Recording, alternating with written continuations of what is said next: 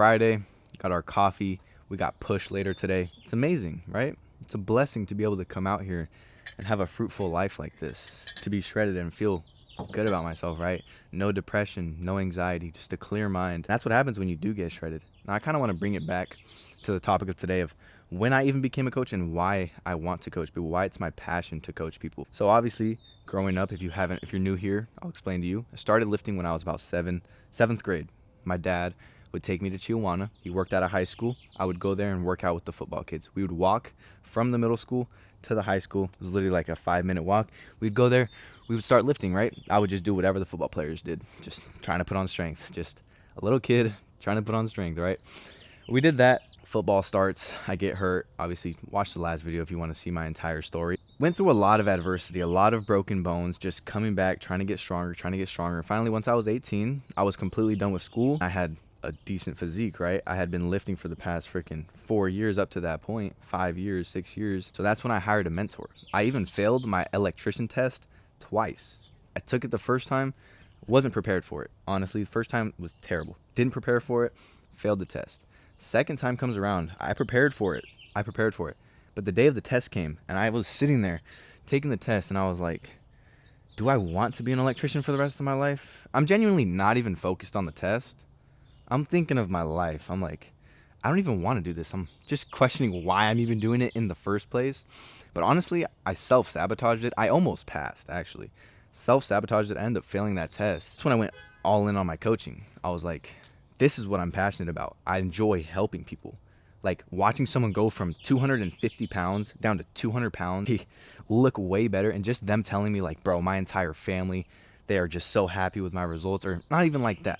My entire family says they see my results, bro. Like I feel way better. And then their progress photos look way different. They have to get a whole new wardrobe. That's what it's like to become a whole new person, right?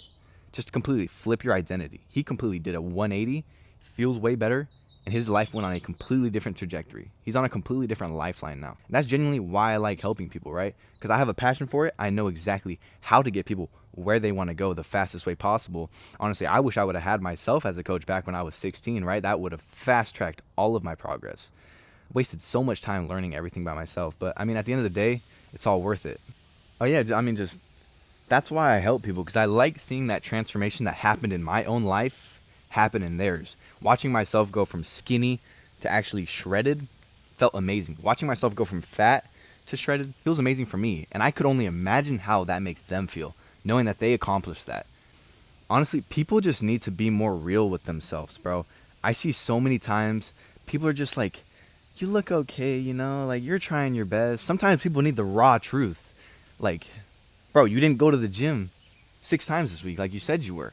You only went 3. Like, what's up with that? What's up with that? You know, not like you tried your best. Come on, you'll get it next week. Like, why didn't you go? Why didn't you go through with your word, right? You need to have people there who are going to back you up. Like, why'd you go get freaking ice cream, bro?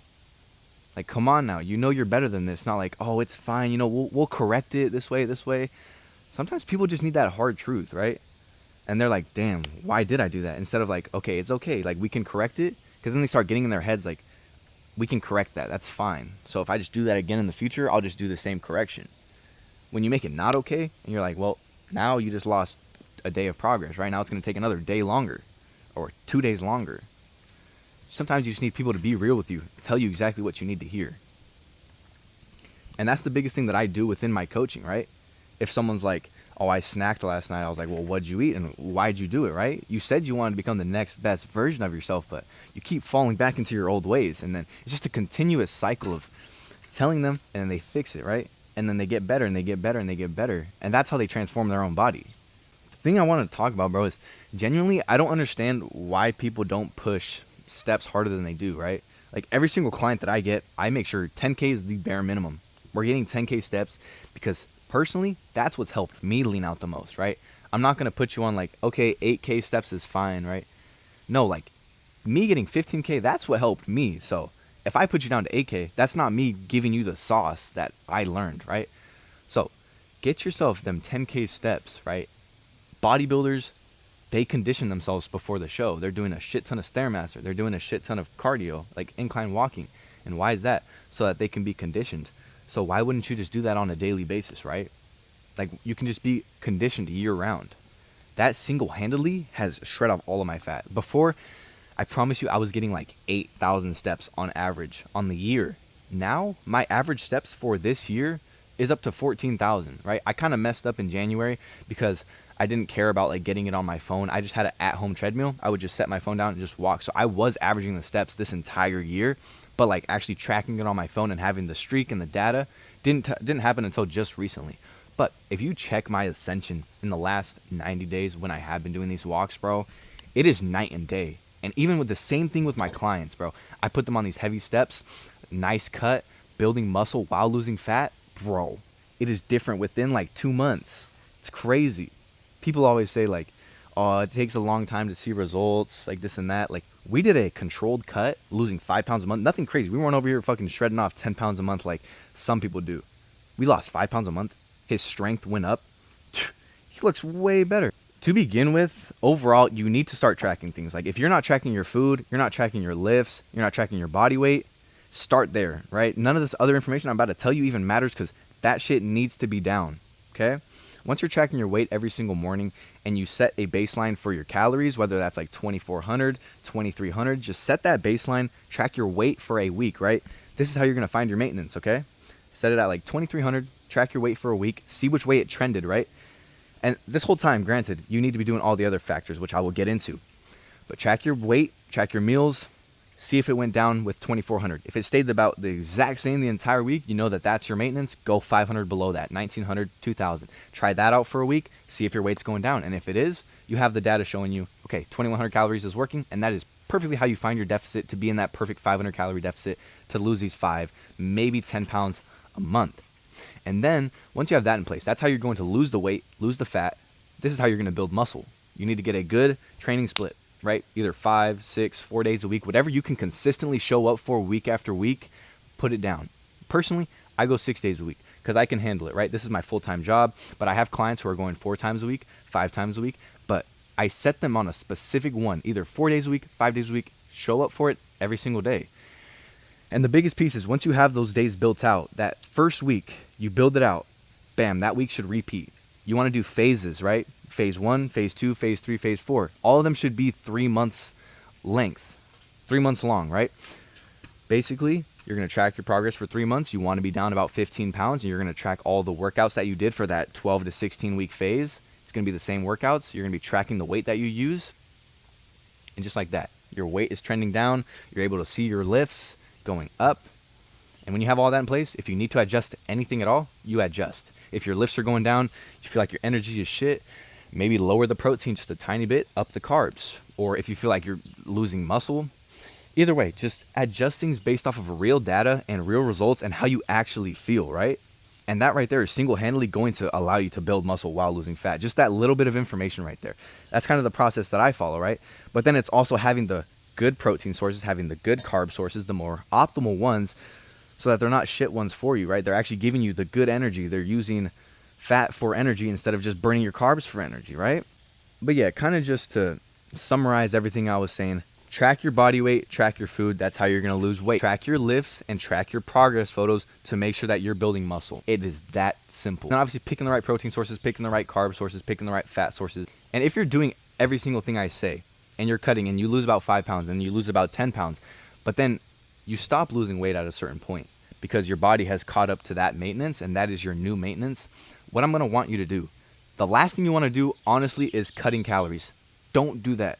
Do not cut calories. But if you have to, if you increase the output as much as possible and you're still not losing weight, then you can drop the calories. I would honestly split it between all three, just shave off a tiny bit of all three if you have to drop the calories, right? I'm just gonna hop into a quick little macro breakdown for you guys. Protein, most people overeat it. I used to be the exact same way, right? I used to get 250 grams. I'm like, yep, it's protecting my muscle, right? No, you only need about 1 gram, maybe a little over. I weigh 175 pounds. I shoot for 170 to 185, right? Get a little 10 gram over.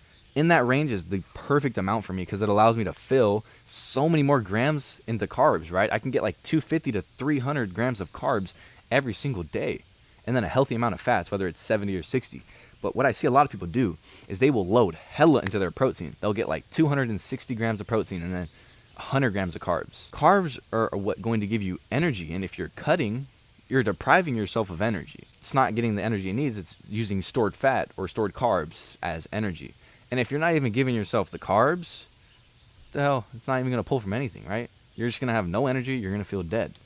So, pull the protein back, up the carbs. That will help you out massively. That's been the biggest piece that I've noticed. Like, I used to think protein was the only thing that drove muscle, but it's carbs. Honestly, having the proper carbs and timing them right. Timing them right is the biggest thing, right?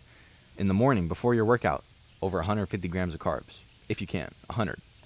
After your workout, 100 grams. For dinner, 50, right? Slow it down for dinner because you're about to go to sleep. But throughout the day, you need that shit for energy. Because personally, I'm just starting my phase 3. Basically, to begin with, I started off, phase 1 was a nice little lean bulk. Honestly, I'm against lean bulks nowadays. I'm on more of the main gain type of thing. But I did do a lean bulk. I went from about 180 all the way up to 195, 200 over the off season. And then phase 2, started my cut, went from 190, 195 down to 175. I was more 190 when I started my cut. Went down to 175.